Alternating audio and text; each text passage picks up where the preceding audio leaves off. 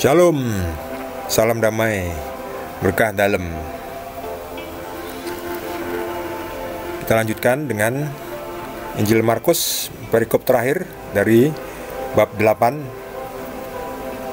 Yang kita sudah sampai perikop terakhir di bab 8 dari Injil Markus dengan judul pemberitahuan pertama tentang penderitaan Yesus dan syarat-syarat mengikut Dia. Kemudian mulailah Yesus mengajarkan kepada mereka bahwa anak manusia harus menanggung banyak penderitaan dan ditolak oleh tua-tua, imam-imam kepala dan ahli-ahli Taurat, lalu dibunuh dan bangkit sesudah 3 hari. Hal ini dikatakannya dengan terus terang. Tetapi Petrus menarik Yesus ke samping dan menegur dia. Maka berpalinglah Yesus dan sambil memandang murid-muridnya ia memarahi Petrus. Katanya, "Enyahlah iblis, sebab engkau bukan memikirkan apa yang dipikirkan Allah, melainkan apa yang dipikirkan manusia." Lalu Yesus memanggil orang banyak dan murid-muridnya dan berkata kepada mereka, "Setiap orang yang mau mengikut aku, ia harus menyangkal dirinya, memikul salibnya, dan mengikut aku. Karena siapa yang mau menyelamatkan nyawanya, ia akan kehilangan nyawanya. Tetapi barang siapa kehilangan nyawanya karena aku dan karena Injil, ia akan menyelamatkannya. Apa gunanya seorang memperoleh seluruh dunia, tetapi ia kehilangan nyawanya? Karena apakah yang dapat diberikannya sebagai ganti nyawanya? Sebab barang siapa malu karena aku dan karena perkataanku di tengah-tengah angkatan yang tidak setia dan berdosa ini, maka anak manusia pun akan malu karena orang itu apabila ia datang kelak dalam kemuliaan Bapanya diiringi malaikat-malaikat kudus." Demikianlah sabda Tuhan. Petrus ini lucu ya, baru saja Petrus dipuji ya. Dipuji karena dia mengatakan yang benar. Engkau adalah Mesias. Dipuji Yesus ya itu ya. Bagus ya. Tapi kemudian ketika Yesus mulai bicara mengenai bahwa Yesus harus menderita dan dibunuh, tapi bangkit sesudah 3 hari, si Petrus ini malah, "Oh nggak bisa, jangan Tuhan Yesus." Petrus menarik Yesus dan ke samping dan menegur dia. Berani-beraninya Petrus menegur Yesus ya.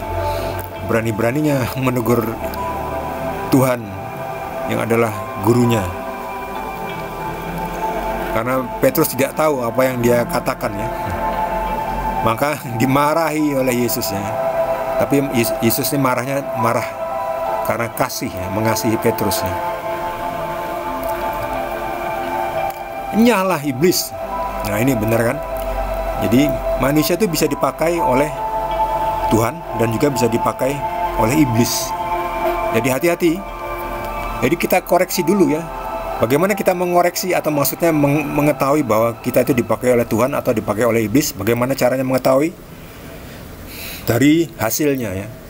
Dari hasilnya itu mendatangkan kebaikan atau tidak mendatangkan kebaikan. Dari hasilnya. Jadi kita cek. Kalau itu dari ajarannya iblis, hasilnya adalah peperangan ya, kehancuran. Kalau iblis itu serangannya hancur-hancuran. Kan banyak sekarang ya di dunia kita ini ya. Beraninya apa? Beraninya main hancur-hancuran ya, main bunuh-bunuhan, bakar-bakaran ya. Emangnya bakar sate boleh lah. Bakar sate itu nggak apa-apa, itu dari Roh Kudus ya, dari Tuhan. Itu kan hasilnya kenikmatan ya, hasilnya adalah kebaikan, kita jadi sehat, makan makanan yang sehat ya, yang matang. Tapi kalau bakar-bakaran menghancurkan rumah, menghancurkan properti kayak perang Rusia Putin melawan Ukraina ya saat ini ya. Ketika video ini dibuat kan zaman Rusia menyerang Ukraina ya.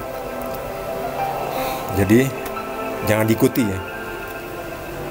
Jadi Yesus memarahi Petrus, artinya itu memarahi iblis yang ada di dalam Petrus itu. "Enyahlah iblis, jangan mengganggu Petrus adalah muridku, pengikutku, orang pilihanku. Karena engkau, jadi yang dimarahi sebetulnya iblis nih. Iblis tidak memikirkan apa yang dipikirkan Allah, melainkan apa yang dipikirkan oleh manusia. Jadi hati-hati, kita pun juga harus hati-hati. Kita tidak bisa cari selamatnya saja ya, enak saja. Pengikut Yesus itu harus memikul salib nih, harus menyangkal diri. Kan banyak juga ya pengikut Kristus tuh yang masih mementingkan dirinya sendiri ya. Kamu mau kerja bakti nggak? Ya mau, tapi asal difoto. Tapi nanti hasilnya supaya saya bisa pamer bahwa saya sudah kerja bakti, bahwa saya bekerja. Lihat udah capek, harus difoto. Kalau nggak difoto saya nggak mau ikut kerja bakti. Percuma nanti rugi ikut kerja bakti kok nggak difoto, lalu nggak disebarkan di media sosial, di grup saya. Wah rugi, nggak mau, saya capek-capek nggak dapat pujian. Jadi kerja bakti hanya untuk mendapat pujian ya, nggak ada gunanya itu udah mendapatkan upahnya itu. Upah kita itu di surga, jadi tidak perlu kita mendapatkan puji-pujian di dunia ini ya. Kalau untuk dokumentasi yang untuk sejarah nggak apa-apa ya, tapi kalau untuk pamer-pamer, mendapatkan pujian dari teman-temannya ya, bahwa saya sudah bekerja, sudah ikut kerja bakti, itu nggak ada gunanya ya. Jadi harus menyangkal diri kita. Ya kita kerja bakti tapi ya nggak usah difoto, nggak apa-apa ya. Jangan setiap kerja bakti difoto. Untuk mendapatkan apa? Pujian. Nah, motifnya itu kadang-kadang salah. Kita harus menyangkal diri kita ya. Kita harus mengorbankan sesuatu yang kita sukai untuk demi menolong orang lain ya. Demi sebuah pekerjaan baik yang Tuhan Yesus minta dari kita. Kita harus memikul salib ya. Memikul salib itu nggak enak memang, harus sadar. Memikul salib itu nggak enak. Salib itu beban, tanggung jawab. Tapi kalau dipikul dengan rajin, itu terasa ringan kok.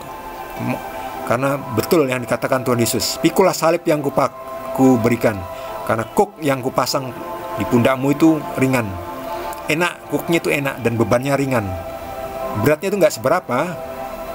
Ya ada berat, tapi yang nggak seberapa. Kalau kita rajin, kita makin kuat, badan kita makin kuat memikul beban itu. Tapi kalau kita malas, begitu kita mau ngangkat sedikit udah aduh berat sekali, rasanya capek. Iya, karena tidak terbiasa untuk memikul salib kita. Jadi kita harus mau memikul salib kita, harus mengikuti Yesus. Bab siapa yang mau menyelamatkan nyawanya, ia akan kehilangan nyawanya. Jadi kita kehilangan nyawanya bukan karena kita berani mati untuk sia-sia ya. Orang yang membunuh diri itu kan berani mati untuk sia-sia itu. Mereka nggak ngerti bahwa mereka tuh membunuh orang lain. Mereka pikir mereka masuk surga. Enggak, mereka itu go to hell ya. Jadi hati-hati ya. Tapi kehilangan nyawanya karena Yesus itu akan menyelamatkan nyawanya. Karena kita memberitakan Injil, memberitakan kebaikan, kita akan memperoleh nyawa kita nanti di dunia nanti. Apa gunanya seorang memperoleh seluruh dunia tapi ia kehilangan nyawanya? Apa yang dapat diberikan ganti nyawanya? Ya memang tidak ada ya. Untuk apa yang mendapatkan semuanya tiba-tiba besok kita mati ya. Langsung mati untuk apa? Kita mengumpulkan banyak harta tapi kita kehilangan nyawa kita. Dan kalau kita malu kepada Yesus ya, di hadapan manusia ini, kita tidak setia, kita malu karena Yesus, malah bukannya bangga malah malu, akhirnya meninggalkan Yesus. Ya sudah, nanti di dunia nanti, di akhirat, di depan Bapa pun Tuhan Yesus tidak mau.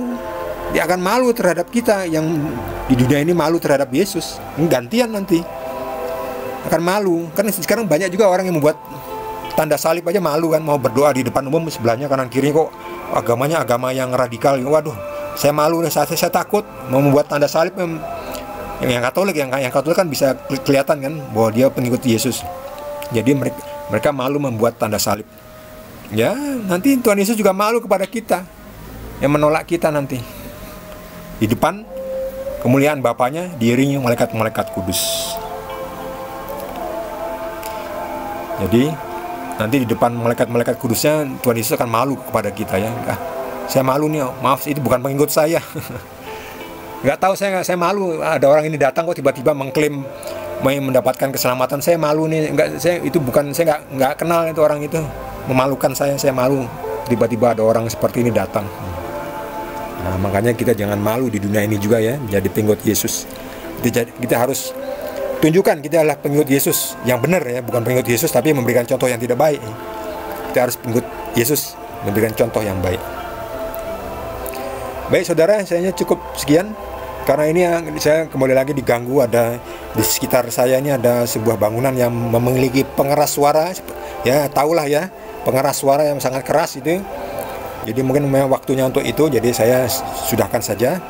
Tetapi bagi saudara yang mendapatkan pencerahan dari Roh Kudus dan ingin berbagi dengan kita semua, bisa menuliskannya di kolom komentar. Bagi Anda yang belum subscribe, mohon jangan lupa di subscribe dan juga di like. Kita akan lanjutkan di Injil Markus bab 9. Terima kasih. Tuhan Yesus berkati kita semua.